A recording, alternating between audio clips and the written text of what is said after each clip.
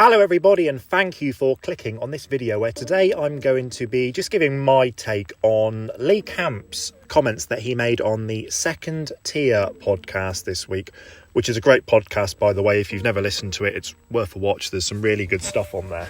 Lee Camp, of course, played for Sunderland in the 2017-18 season when we were relegated from the Championship. He made 12 appearances and he was one of 3 goalkeepers that season who made up possibly the worst collection of Sunderland goalkeepers that we've ever seen. To be honest, in my lifetime, we've always generally had good goalkeepers. There's never been many that didn't quite live up to the mark. Kelvin Davis in 2005-2006 had a bit of a nightmare, but generally we've always had good goalkeepers.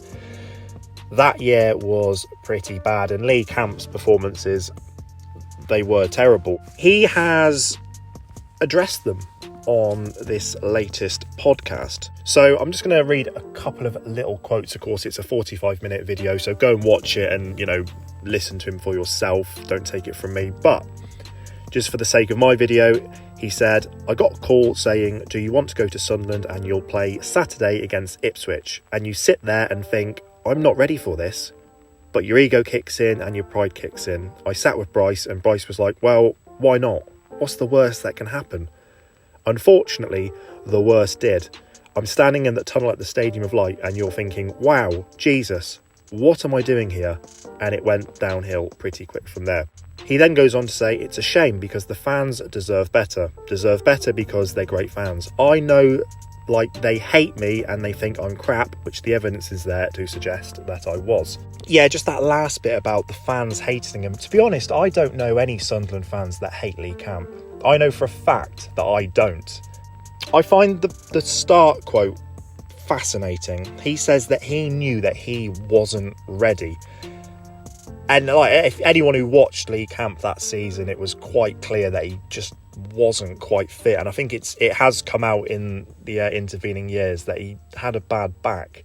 That's not Lee Camp's fault that he wasn't fit and wasn't ready to play Championship football, and he got a call and an offer to play Championship football. I don't blame him at all for taking the money, and he probably didn't think he was going to get a game. He probably thought he would sign and then they'd realise very quickly, oh, Lee's not up to it, and then he wouldn't have played. It's not his fault he's gone on to play 12 league games, and I don't think anyone can blame him for that. I know for a fact that, if I got a call tomorrow to say Martin Scorsese needs someone to act alongside Leonardo DiCaprio and he's decided he wants you, I know I'd be shit, but I'd still say yes and take the money and hope that I get sacked off within 15 minutes. It wouldn't be my fault if I then got 60 minutes of screen time and spoiled the film. That's down on the director. And that's why this whole Lee Camp's dreadful performances on the pitch debacle, it's on the club, it's frightening. And this is what fascinates me most about this, is that this was only 8 years ago. And it reminds you just how bad Sunderland Association Football Club were at the time. Our recruitment was awful, and it's our greatest strength now. My brain can't process it quick enough how good we've been. But 8 years ago we had Jason Steele, who was mentally broken. We had Lee Camp, who was physically broken, and that was in addition to all the bad, really, really bad outfield players that we signed.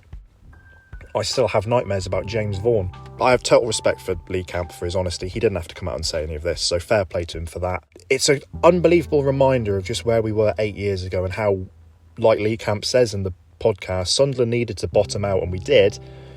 And then the rise from there has been incredible. And that, now that it's over and now we're in a good position in the Premier League, you can look back on it and think that's over with. I hope that Lee Camp sees the comments that Sunderland fans are writing quite a lot, saying that they don't hate him. I think Sunderland fans, they don't hate Lee Camp. I don't think they hate any player from that time, apart from Jack Rodwell. I think it's more that they were bitterly disappointed with the powers that be at the top who signed these players and didn't sign the right players and got the club into the mess that it was once in. But we're not in that mess anymore. We've got good times.